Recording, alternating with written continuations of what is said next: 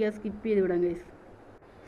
അപ്പോൾ എൻ്റേതായിട്ടുണ്ട് ഗൈസ്. നിങ്ങളുടെ ലോയിൻ്റെ ഡിവൈസ് ആണെങ്കിൽ മണ്ടയ്ക്കകത്ത് ഡൗൺലോഡ് ചെയ്യുക. അതേസമയം നിങ്ങളുടെ ടോപ്പ് ഡിവൈസ് ആണെങ്കിൽ നിങ്ങൾ അടിയിലായിട്ട് ഡൗൺലോഡ് ചെയ്യണം. ക്ലിക്ക് ഇൻസ്റ്റാൾ ചെയ്തിട്ട് വെക്കണം ഗൈസ്.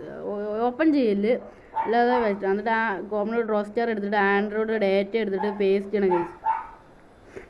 ഞാൻ ഓൾറെഡി പേസ്റ്റ് ചെയ്തുകൊണ്ട് കുഴപ്പമില്ല ഗൈസ്. അപ്പോൾ നിങ്ങൾ എന്നിട്ട് നേരെ ഗെയിമിലോട്ട് കയറുക ഗൈസ്.